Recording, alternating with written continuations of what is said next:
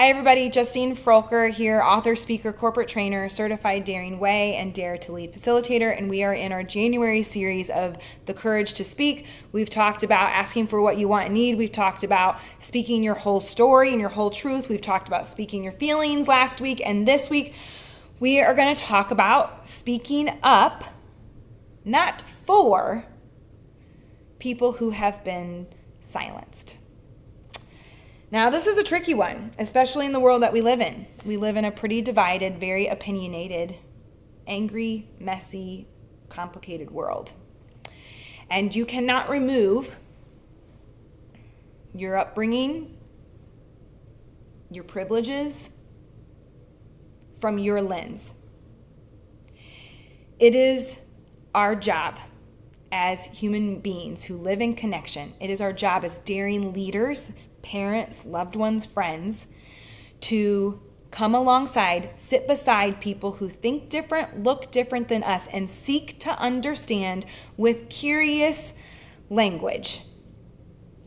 And oftentimes, especially if you are someone who does have privilege, this needs to mean that you speak up, not for people who have been silenced, people who have not had a seat at the table, people who have been marginalized and oppressed.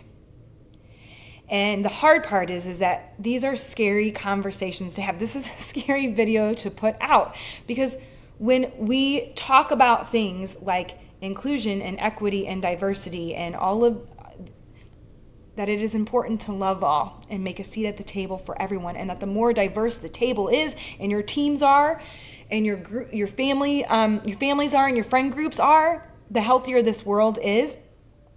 We oftentimes opt out of these conversations because we're scared of screwing them up. I will screw them up, and it's really scary to screw them up on a public platform. And to opt out of them because of my fear that I'm going to screw it up is the definition of privilege. And so when I screw them up, I will circle back and apologize, seek to understand, learn, and make it right. The courage to speak includes speaking up for the people who have been silenced. Not speaking for them, they can speak for themselves. I want to be part of creating an open table where when I see a lack of diversity in a room, that I will speak up in courage and say, I'm not okay with this. Where is the woman of color at this table? Something like that.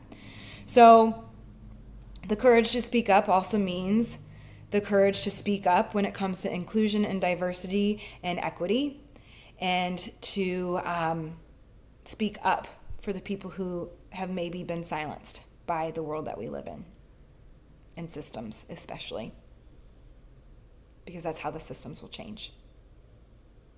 All right, I'm going to be courageous and put this out there. So I will see you next week for our last The Courage to Speak Up video for this January series. Thank you for being here. And I have a lot of resources over on all of my platforms: Instagram, Facebook, LinkedIn, and YouTube, and of course my website. I'll see you next week.